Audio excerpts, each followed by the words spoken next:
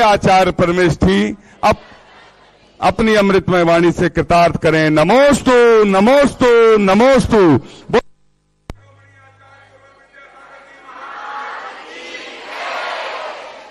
ओम नमः सिद्धेभ्यः, ओम नमः सिद्धेभ्यः, ओम नमः सिद्धेभ्यः। अहिंसा परमो धर्म की। आचार्य गुरुवर श्री कुंद कुंद भगवान की। आचार्य गुरुवर श्री ज्ञान सागर मुनि महाराज की।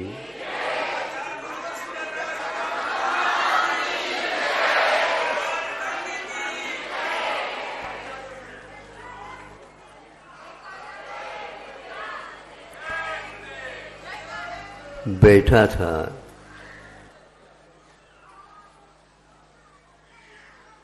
चारों ओर प्रकृति है,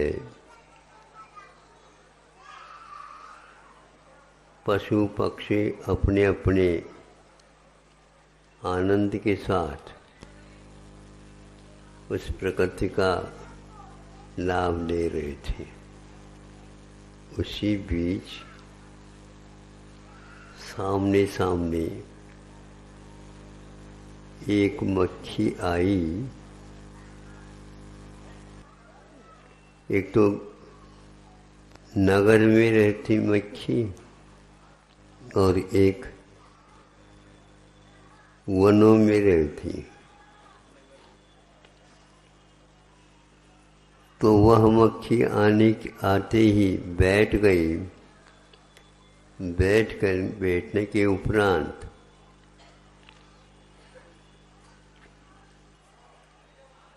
कुछ समय निकलने के उपरांत वो पुनः एक तैयारी करती। क्या तैयारी? पुनः उड़ने की तैयारी। तो उस समय हमने देखा ये हलचल हो रही है इसकी। तो वह बार बार पीछे के पैरों को एक दूसरे के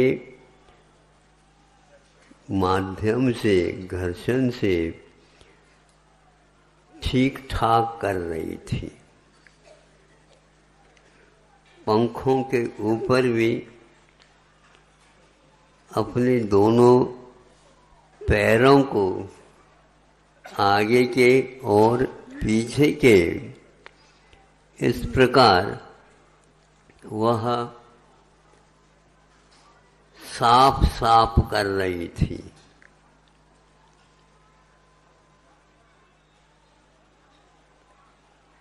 सफाई का काम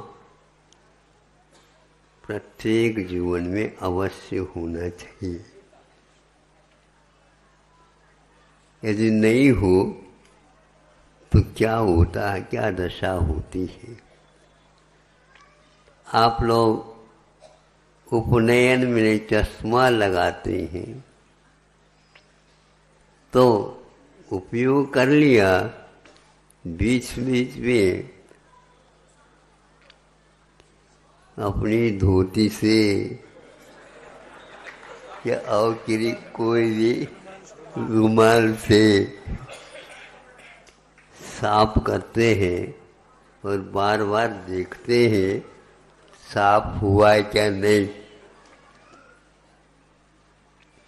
तो उसको देखा हमने और इस ढंग से अपने दोनों पैर और दोनों पंखों को इधर उधर के धूल आकर के बैठ जाए तो गड़बड़ न हो जाए। इसी बीच में मान लो कोई गीली पंख हो गई हो तो उसको भी सुखाना पड़ता है। यदि वह पंखों को नहीं सुखाती तो वह उड़ान, वायुयान की गति से जाने वाले वो प्राणी है, ध्यान रखना। उसका भी एक गणित निकाल करके कि इस यान की कितनी गति है और इसकी कितनी गति है, उस गति के अंदर भले वो थक जाए जल्दी, ये बात अलग है, लेकिन उनके पंखों में उड़ान भरने की क्षमता वायुयान के अनुसार है। जहाँ तक हमारी सोच है कि विज्ञान भी संभव है इसी के रचना विशेष को देख करके अपने वायुयान का निर्माण किया हो। मतलब विज्ञान के क्षेत्र में आप ही लोग सब कुछ है ऐसा नहीं है। तब जब क्लीन हो गया, साफ सुथरा हो गया, वो मक्खी उड़ गई, तब सोचता हूँ हमारे लिए भी इस प्रकार का सावधानी रखने के लिए संकेत दिए गए हैं।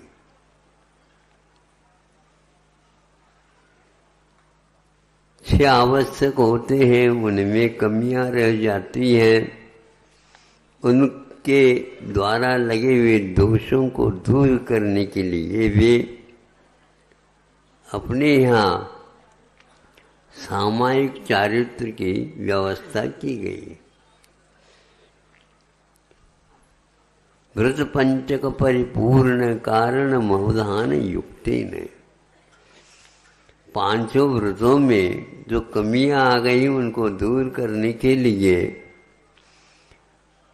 यह व्यवस्था दी गई है कि सामायिक में इस ढंग से भावों को लाएं जिसके द्वारा पांचों व्रतों में जो दोष लगे हुआ साफ साफ हो जाए।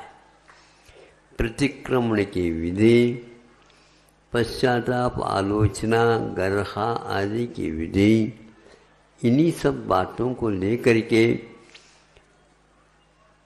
साधकों को एक प्रकार से संकेत दिया, ताकि जो आपकी दुकान तो चला रहे हैं उसमें कितना लाभ हो रहा है और कितनी हानि हो रही है। तो लाभ ही नहीं देखना, लक्ष्मी की ओर तो देखते हैं, लेकिन शुभ की ओर भी देखना चाहिए। दीवार के ऊपर लिखे हुए रहते प्राय करके।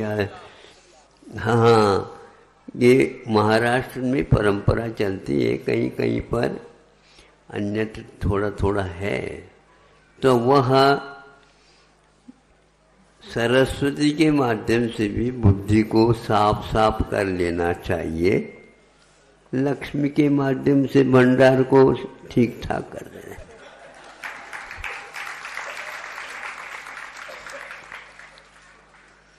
आप तो एक वर्ष में एक ही बार वही और खाता,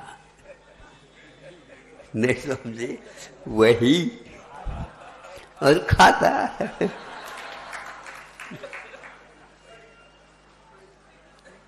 हो गया कब?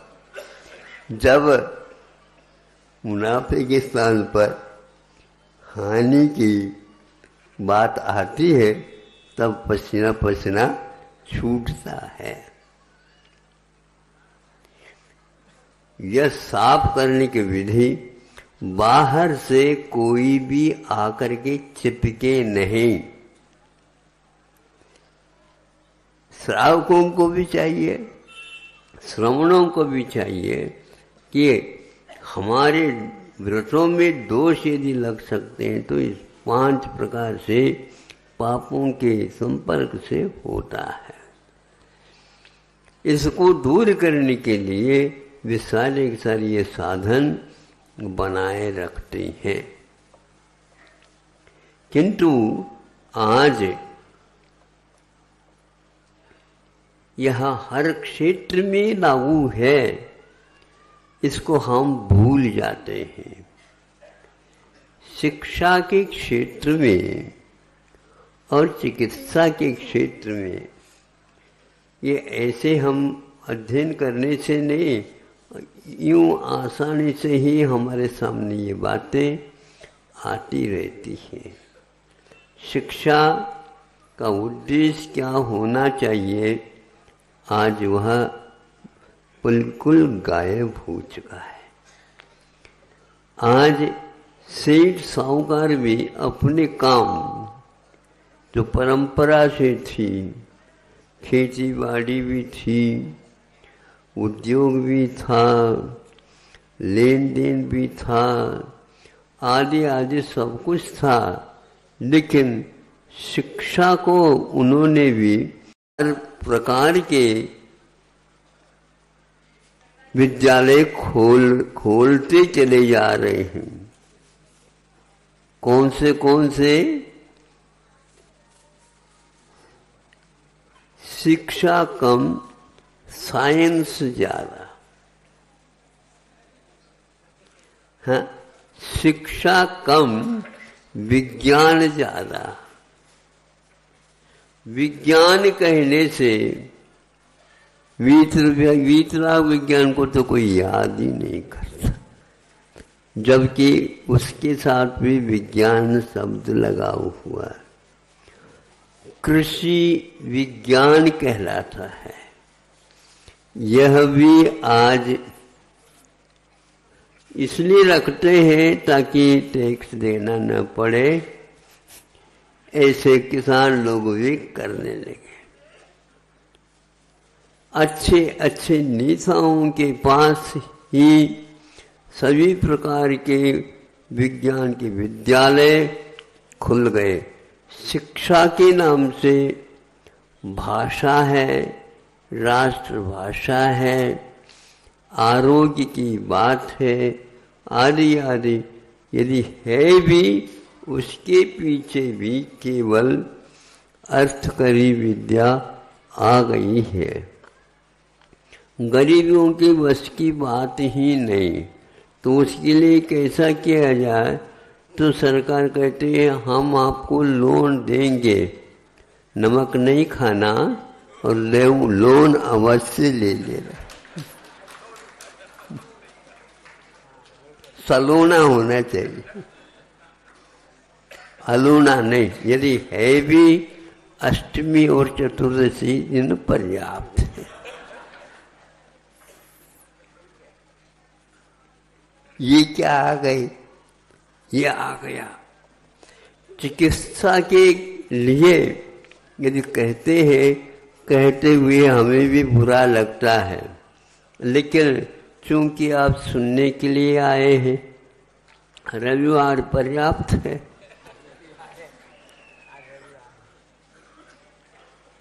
तो ठीक है, ये आए हैं तो हम भी जा करके बैठ जाते हैं, देख ले। मैं आ गया तो प्रत्येक विद्यालय का यही, यहाँ तक कि हमारे पास आ गए ग्राहक, महाराज आप भी विद्यालय खोलते हैं, हम लागत खर्च से आपको यह विद्यालय देना चाहते हैं। हमने कहा आपने परिश्रम करके विद्यालय खड़ा किया है, ऐसे क्या महाराज, अब क्या बंद होने की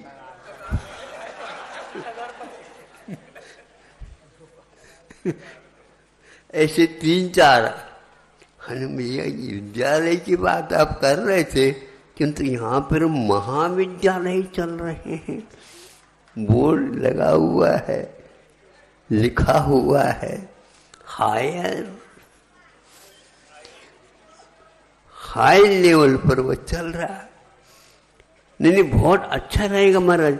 देखो ये कोट बनाया आपने, ठीक है, जो बोना व्यक्ति है उसको कोट लेना है, लेकिन आप है हाइट के लिए ज्यादा, वह उसको कोट पहना दो तो वह कोट में ही डूब जाएगा। आप तो डूबने को है ही, तो वह इसके योग्य नहीं है।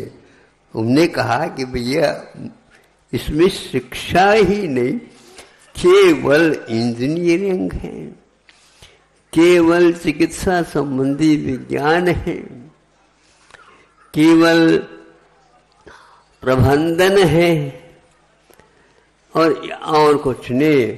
ये शिक्षा के नाम से केवल पैसा पैसा। और एक डॉक्टर आकर के कहता है कि महाराज मैं इसको, जैसे महाविद्यालय बंद होने को है उसी प्रकार मैं अपने जो सीखा था उसको बंद करना चाहता हूँ। बंद क्या बात है बताओ?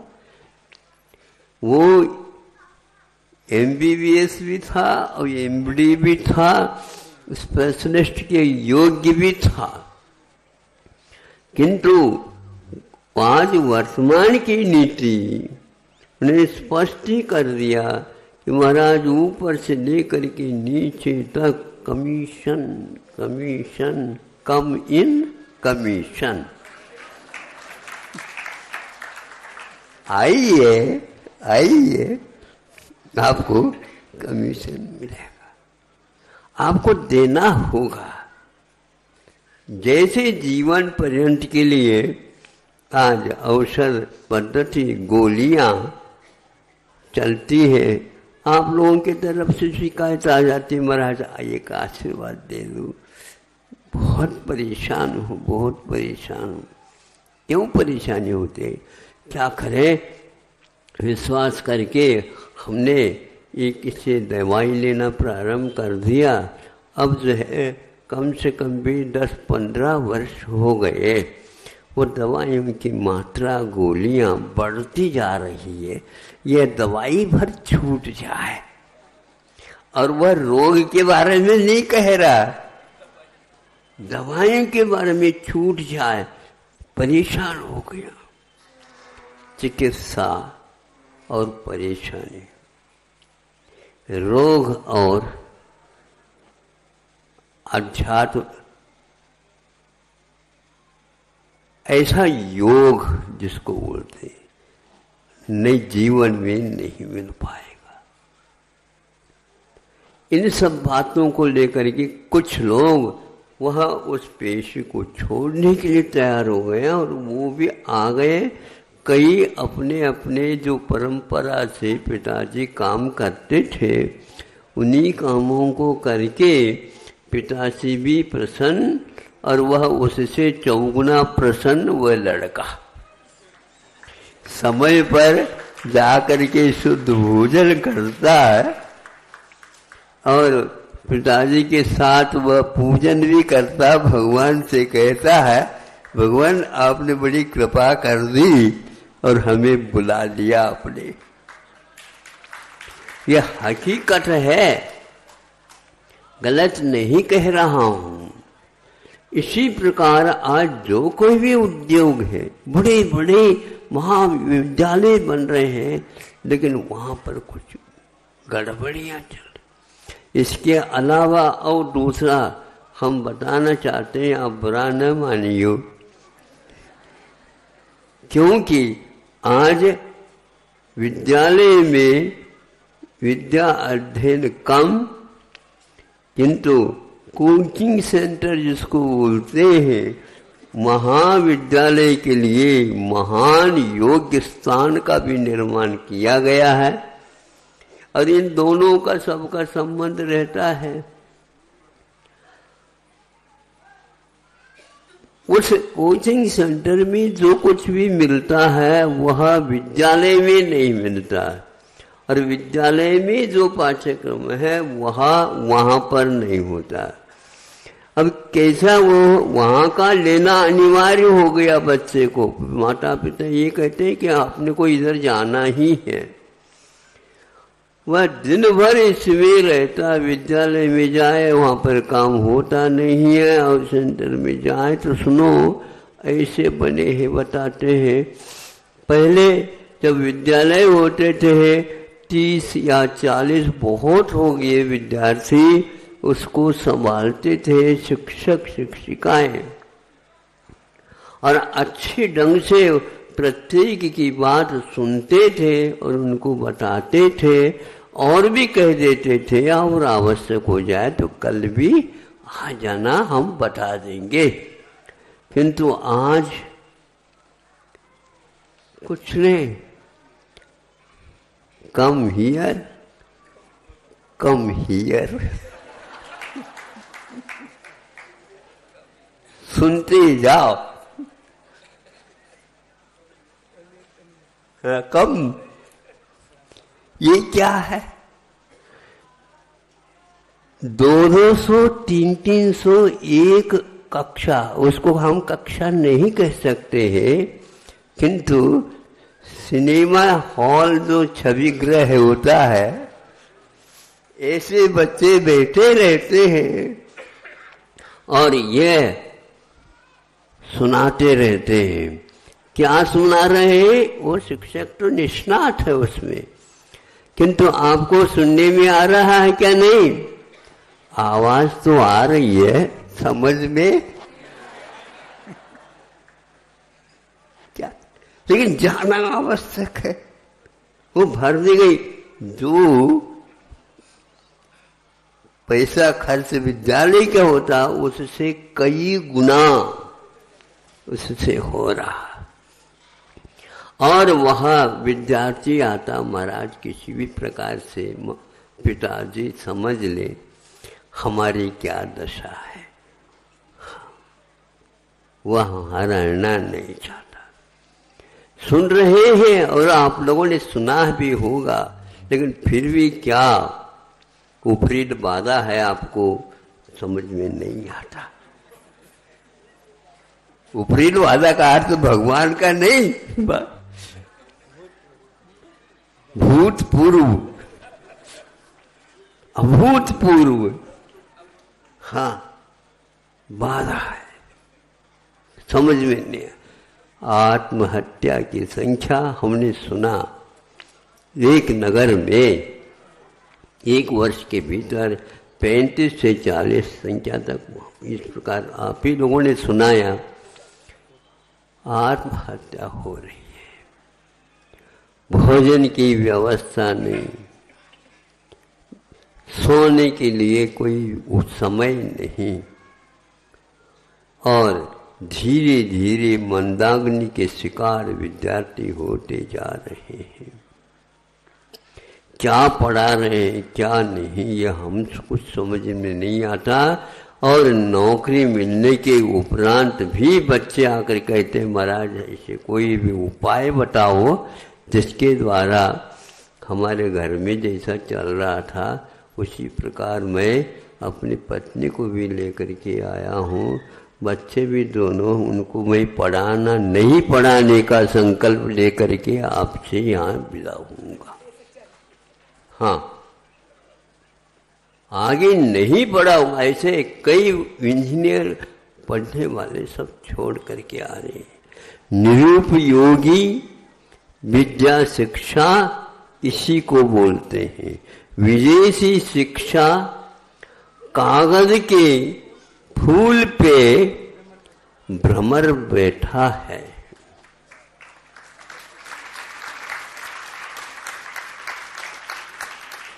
आपके तालियां मुझे अच्छी नहीं लग रही। ये भी प्रशिक्षण आपको किसने दिया पता नहीं, और बहुत अच्छे ढंग से आप बोलते हैं आप लोग, अनुमोदना। मैं तो उसका अनुमोदन नहीं करना चाहता, आपको भले ही बुरा लग जाए। क्या हाल है शिक्षा का। इसी प्रकार चिकित्सा की बात हो रही, वात पित्त कफ के बारे में कोई जानकारी मिलती नहीं, नाड़ी परीक्षा कुछ होती नहीं, कहते तो हैं, उंगलियां तो रख देते हैं, देख करके हमें भी आ गया।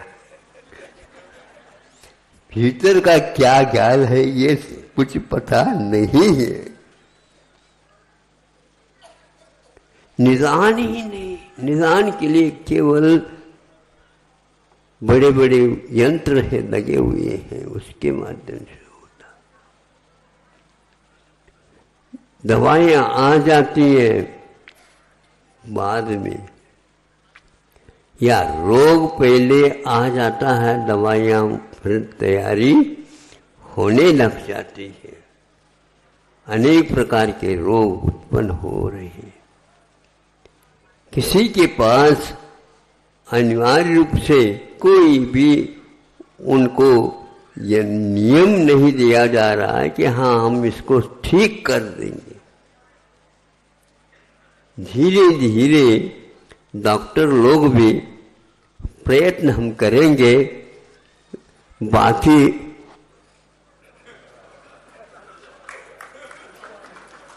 आप फोटो ले सकते।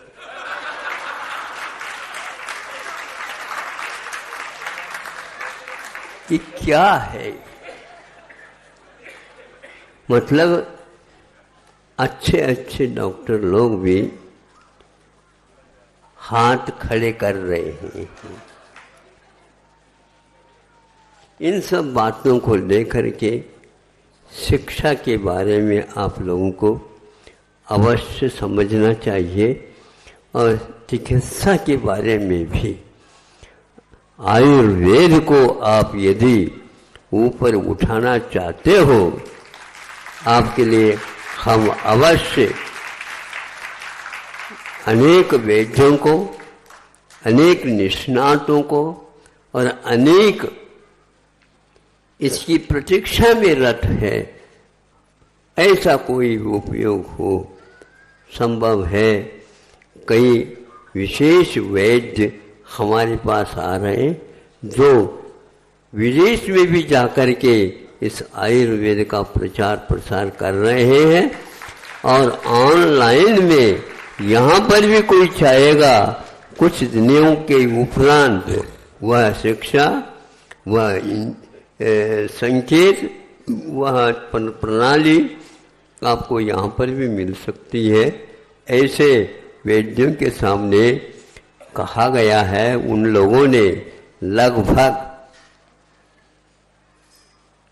90% हाँ के रूप में उत्तर दिया है। और बच्चों को इस ढंग से जो इस ओर रुचि रखते हैं, कहाँ से प्रारंभ करना चाहिए वो सब व्यवस्थित करने के लिए तैयार है। कि इधर गुजरात में भी है ऐसे वैद्य, कर्नाटक में भी है, केरल में भी है, महाराष्ट्र में भी है। यहीं के लोग अपने सोलापुर इत्यादि, कोल्हापुर इत्यादि से विदेश में भी गए हैं। पूना भी इसके लिए बहुत केंद्र की भांति काम आज भी कर रहा है। और आप लोग विश्वास के साथ समझ लो, ये बीच में जो कोरोना आया है, ये बहुत अच्छा संकेत लेकर के आया था और गया है, और भारत के माध्यम से ही उसके लिए सफलता मिली है। सारे डॉक्टरों ने भी इसको स्वीकार किया है, और इस दिशा में अवश्य ही उन लोगों का पुरुषार्थ चालू हो गया है। और ऐसे भी विद्यार्थी हमारे पास आ रहे हैं इन सफलताओं को सेक करके कि हम जो नीट की परीक्षा रखी गई है, जो कि चिकित्सा के क्षेत्र में उसकी अनिवार्यता होती है, तो किंतु जिस नंबर के माध्यम से अथवा अंकों के माध्यम से वहाँ पर MBBS, MD आदि करने की योग्यता हासिल की जाती थी, वो सारे बच्चे तो नहीं है, लेकिन नमूने के रूप में 3-3, 4-4 तो बच्चे ऐसे भी आए हैं, नंबर बहुत ही योग्य लेकर के आए, किंतु पूर्णायु में वह अध्ययन करना चाहते हैं। उनको वो ऐसे वैद्य जो विदेश से आएंगे, संभव है नवंबर में उन्होंने यहीं पर आए थे, और हाँ अच्छा 24 नवंबर तारीख को रखा है उन्होंने अपनी सुविधा के अनुसार। अभी यहाँ से पूना गए हैं, वहाँ पर भी यही काम करते हैं। उनके पास समय नहीं मिलता। विदेशी डॉक्टर भी नाड़ी परीक्षा क्या है इसके बारे में रात दिन पुरुषार्थरत है।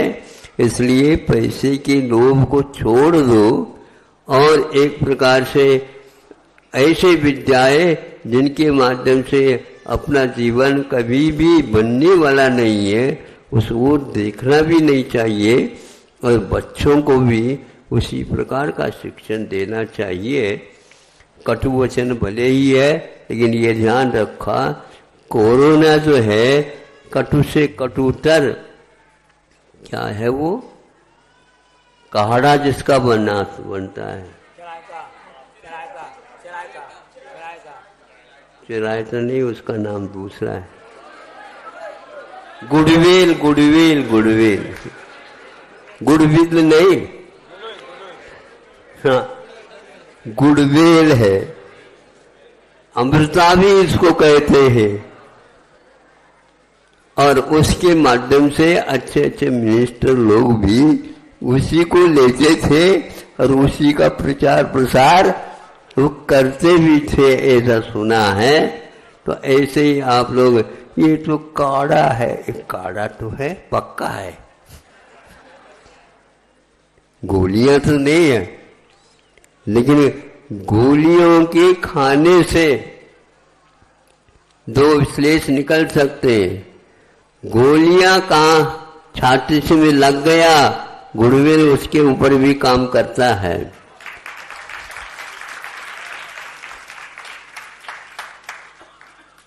तो गुड़वेल के और सभी के रोग जो शिकायत थी वो पूर्ण हो गई है, ये ध्यान रखना।